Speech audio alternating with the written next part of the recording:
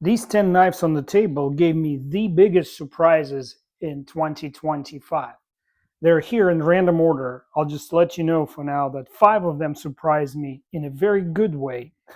But the other 5 were the most terrible purchases I made this year. Don't expect affiliate links. I don't sell knives on my channel. This is for your information purposes only. And you know what else I'm not going to do? I am not going to rank them because, good is good, bad is bad, and that's that.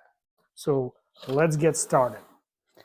This is Boker Ops Rancor IX. 9 is German for no. This is the most appropriately named knife.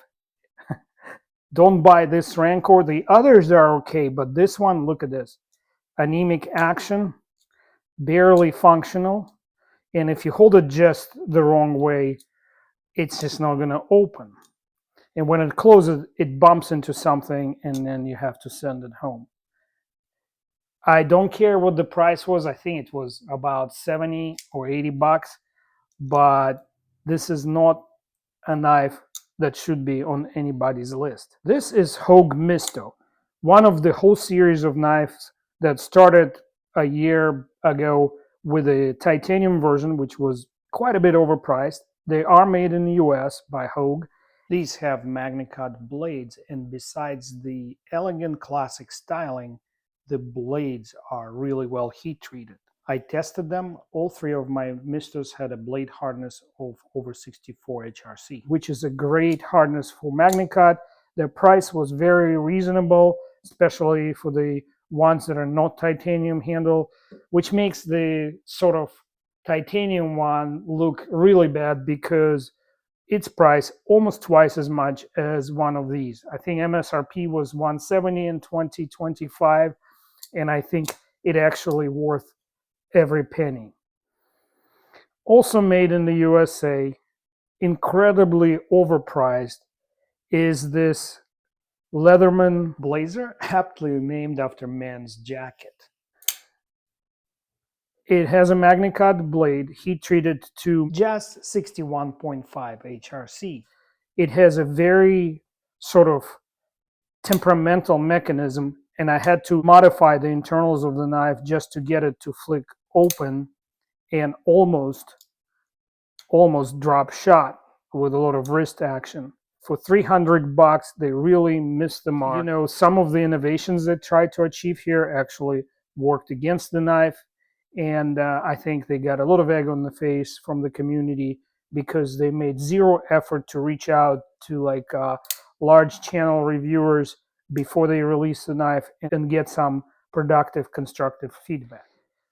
This is the most expensive Ozark Trail knife that I reviewed on my channel. Set me back $20. And the reason it costs more than the typical Ozark Trail is because it supposedly has 14C28M blade.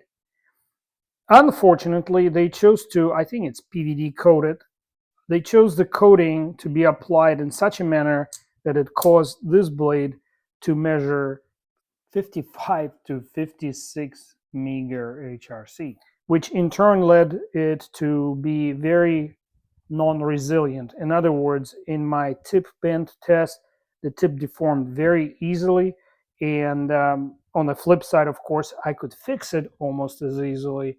This is a huge miss if you ask me, especially considering the next knife. A very positive surprise from Ozark Trail was this $8 knife, which they now started naming Glacier. There's a white handled version and this grayish green handle version. The knife functions extremely well. It passes the bend test, even though they don't even specify what kind of stainless steel it is. I believe it to be maybe 5CR, maybe 3CR, whatever MOV steel. So really inexpensive steel, and it gives you full experience of a Remlock knife. There's no difference between it and anything Benchmade or other companies put out there. And opening a knife that costs that little and finding a great functionality and decent quality is always a positive surprise to me. This is Boker EDK for everyday knife. And It's a first time they tried access lock, and it's a total flop because the action is terrible. It has lock rock, which I tried to fix and took about half of it out. But if you buy it off the shelf, it will have a pronounced rock right here. The blade will be shaking loose up about that much. So this one has already been modified. Has some very strange features, like you just saw it hitting some kind of stop when I try to flick it open on the just by pulling. See that? It just doesn't add up to a good knife. A very, very cheap plastic, and the price was about 170 bucks, which is the price you pay for this notation here, Boker Zollingen. Good looking knife, that's why I grabbed it. I don't mind cheaper plastic. It's not even FRN or Grivery. It's even cheaper than that. Some kind of, I forgot, some kind of molded plastic. And I was willing to pay the price for the good functionality. The lack of thumb studs is what attracted me to this knife. It's pretty lightweight. I had a full review of this knife on my channel, so you're welcome to take a look. So left me with a bad taste in my mouth, especially because for that kind of money, I could have grabbed another version of this Misto series knives. This is the only knife that I didn't actually purchase. This was sent to me by Buck for my review.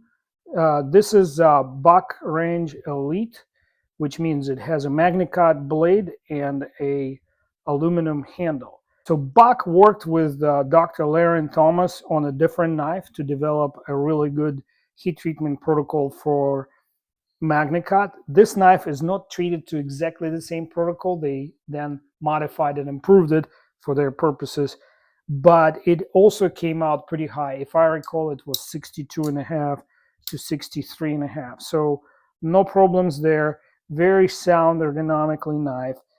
Yes, I would prefer a little more texture on the handle, but all in all, I was shocked because for them, it's also the very first time they made an axis lock knife in the USA. So I really appreciated the fact that they reached out to me, knowing how I test knives on my channel, knowing that I remain objective no matter what. And they were just a pleasure to deal with. So definitely goes on a positive surprise list for me. Also from Bear Ops. By the way, Bear Ops knives are made in the United States. Sometimes they use foreign-made materials like G10 on the handles, but on the aluminum knife that you see here, everything is made in the US. And this was an absolutely positive surprise to me. Yes, I know it looks a lot like Kershaw Iridium, and you know what? I have zero problem with that because the knife hits all the right vibes that a ram lock knife should have, and it gives you that 2024-2025 popular aesthetics. 14C28N was heat treated under 58 HRC. All in all, I find this knife to be a bargain because they're like 60 bucks for a US made knife, which is covered by a pretty decent warranty. It's not maybe as good as Kershaw, but hey, you know, you can call and talk to them. They're right here in Jacksonville, Alabama. This knife is made by Boker Plus. So Boker Zollingen is a German company. Boker Plus is an international company under the same umbrella that makes their knives predominantly. This model is Kihon, Lucas Burnley design, and it is an atrocity. Now, there are several types of Kihon lineup. This, what you're about to see, is only applicable to the crossbar version. This one is an absolute horror. Firstly, it has what I can only call as a reverse lock stick. If the blade is fully closed and secured, it's very hard to break it open. In the open position, there's lock stick here, but then when you pull on it, there's this gritty, weird feeling. Something is rubbing on something, and then the crossbar doesn't return back into the locked position. And when I deploy it like this, now the knife is not locked. It just something going on with the springs.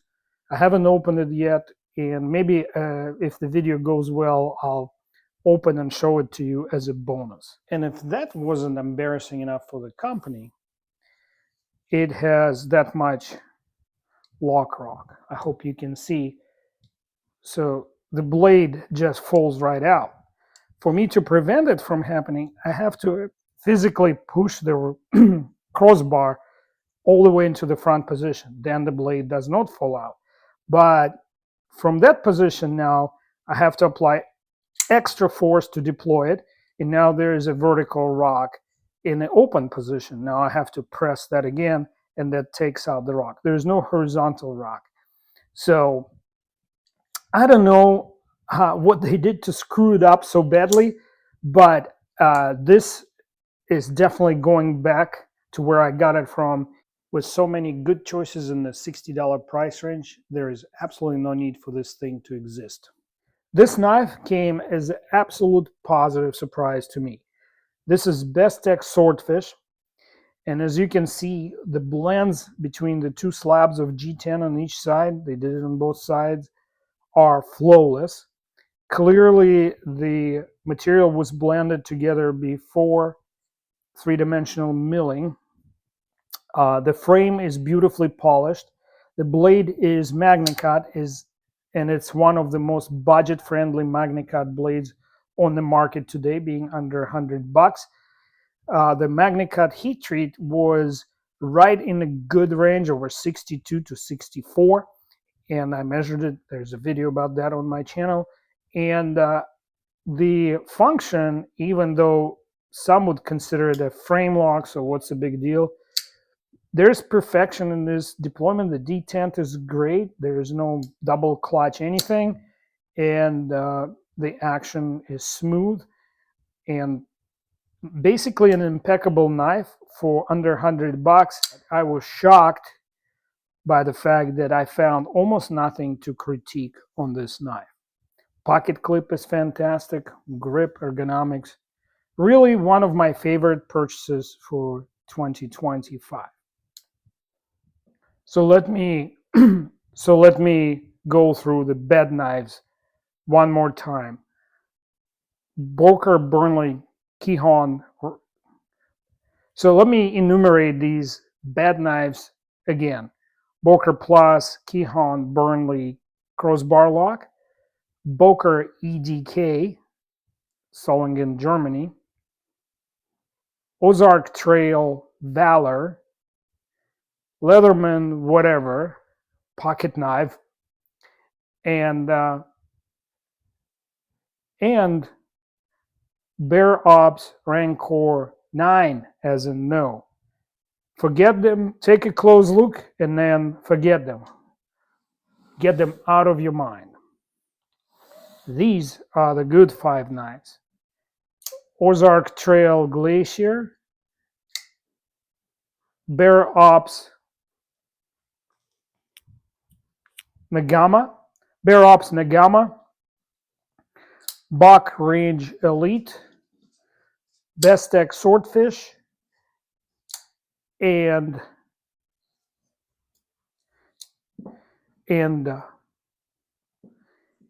Hogue Misto. Whatever your budget is, whatever direction you want to take in your EDC knife purchases, I highly recommend considering these 5 options. And again, once again, don't look for the links. This is not a sales pitch of any kind. This is just for your information. Do what you must with that. And of course, mileage is varied. And of course, impressions can vary from person to person. Merry Christmas and Happy New Year.